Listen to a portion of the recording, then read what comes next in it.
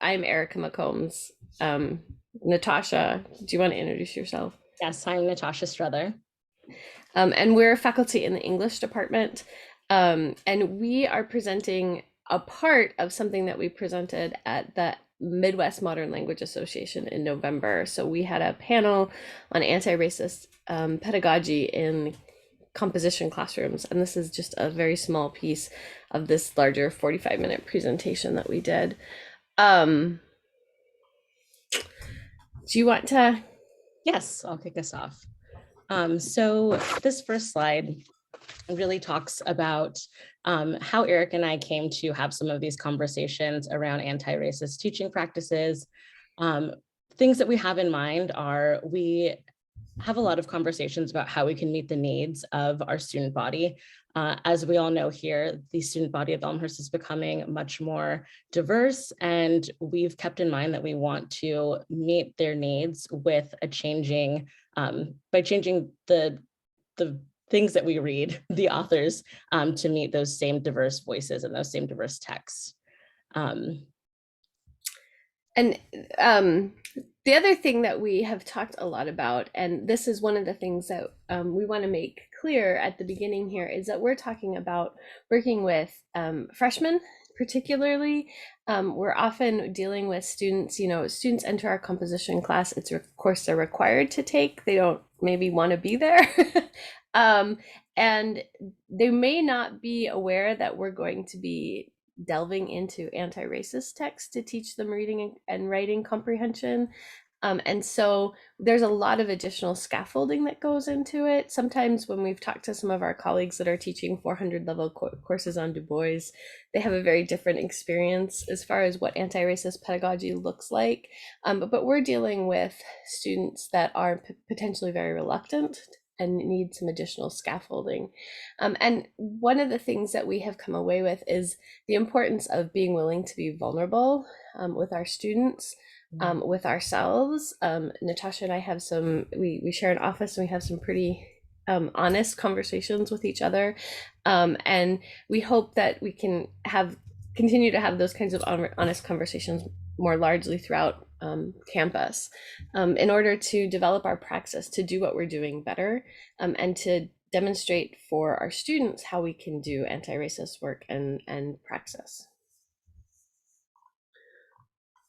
So one of the things that we have thought a lot about is our curriculum.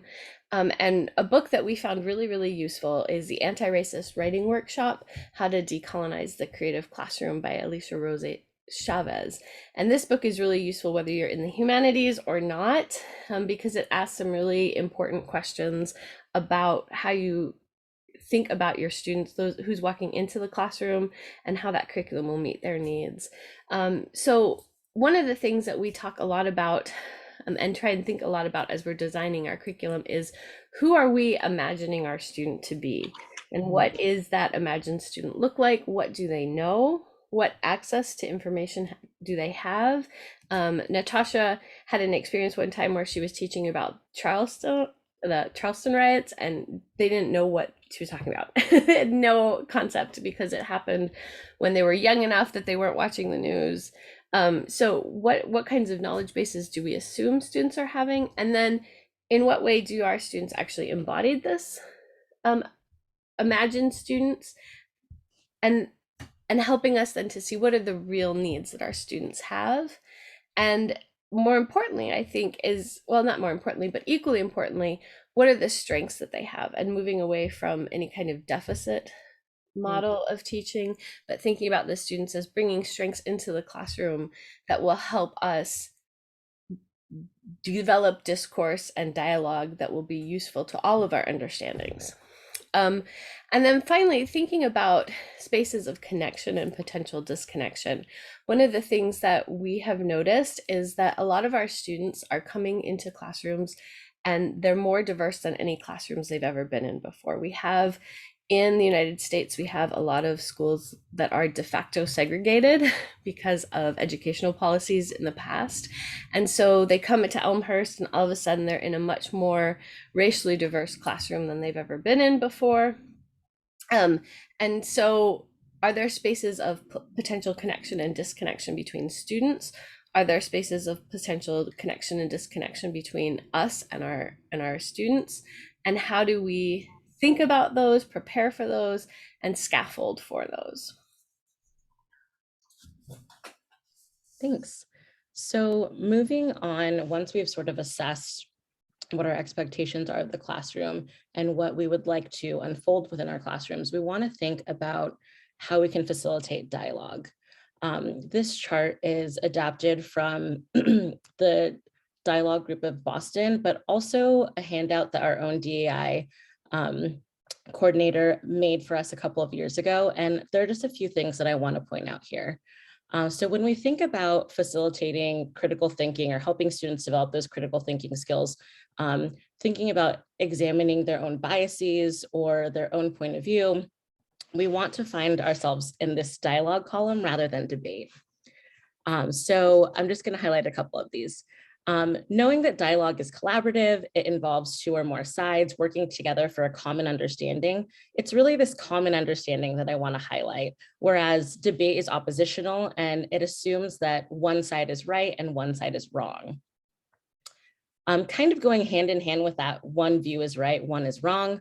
In dialogue, we see that personal experiences are key and they're an avenue for self-awareness. So by examining what our own experience has been, by highlighting diverse voices, by allowing students to bring their voices into this conversation, we can affirm their experiences. We can maybe have students challenge their own beliefs, or at least facilitate some conversation about why we might hold some of these beliefs that we do. Really importantly, dialogue involves a real concern for the other person and does not seek to alienate or offend. Part of this is talking to students about what dialogue looks like, right? Not just how do I sound, but how am I physically approaching this? What is my physical positionality? Am I open to conversation? Or, is a student sort of closed off, arms crossed, looking displeased? All of that is going to affect how maybe open and inviting of a space we're making for our students. And so addressing that as part of the clear expectations is a good place to start. Dialogue causes introspection of one's own position and reveals assumptions and challenges our biases. So having some really clear conversations about internal bias, I think, or explicit bias and implicit bias is really important. And to kind of level the playing field, I always tell my students, we all have implicit biases, and it's really about investigating those, calling attention to them and questioning them, right? We are human beings. We aren't perfect. We learn from our experiences. So let's open up that box of experiences so that we can challenge some of those. Debate assumes that there's a right answer and somebody has it. So by increasing the voices, by allowing more room for discussion, we're able to say, this is more, what is the word that I'm looking for? Complicated, right, than it might initially seem in your experience. And then finally, dialogue remains open-ended. So we don't have a clear-cut conclusion. This is something that will be continued later on. So how can we reach dialogue?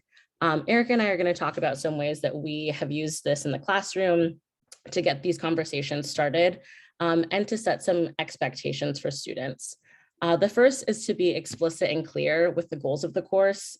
In my syllabus, I have language in the student learning outcomes that discusses what my expectations are for participation, whether that be small group discussion, whether that be writing in a journal entry where, that's a safe space where it's just conversation between me and the student.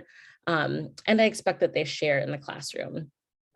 The second one that we have here is working collaboratively to generate class terms to allow for safe spaces. I think of this as the Vegas rule, or my students often call it the Vegas rule. What happens in the classroom stays in the classroom, and to sort of create a safe space for us to share and to be authentic with each other.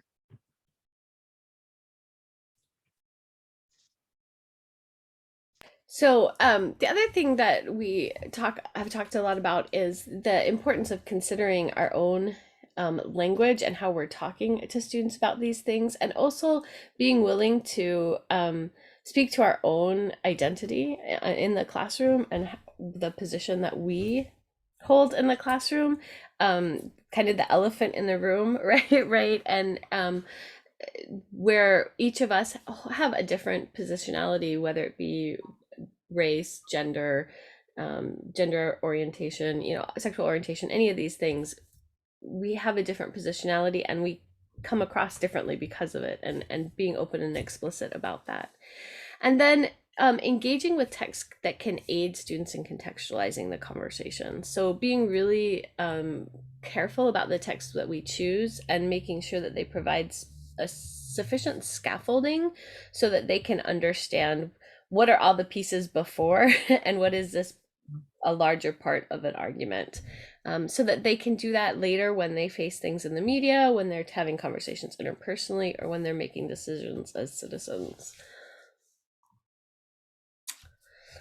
So the last thing we wanted to do is we put together a Google Doc that you can fill out here, that just asks you if what kinds of things you're doing in the classroom to increase dialogue about anti-racist practice, and we're also interested in having conversations with people more largely, and getting together and grabbing coffee and having these conversations and continuing to refine our own praxis, as we move forward and try and develop even better anti-racist practice. So if you feel so inclined, fill the doc out and we'll reach out to you.